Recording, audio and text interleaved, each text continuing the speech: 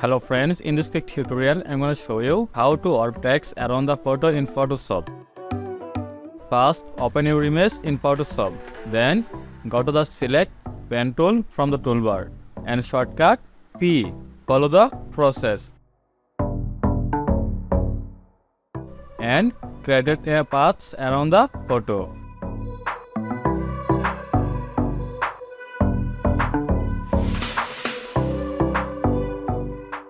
And select the text tool from the toolbar and click this. I do this. Follow the process.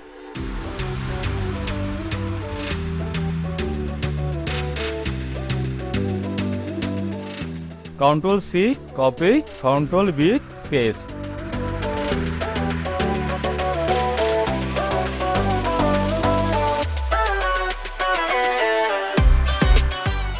And you can customize the path. Now we do warp text around the photo.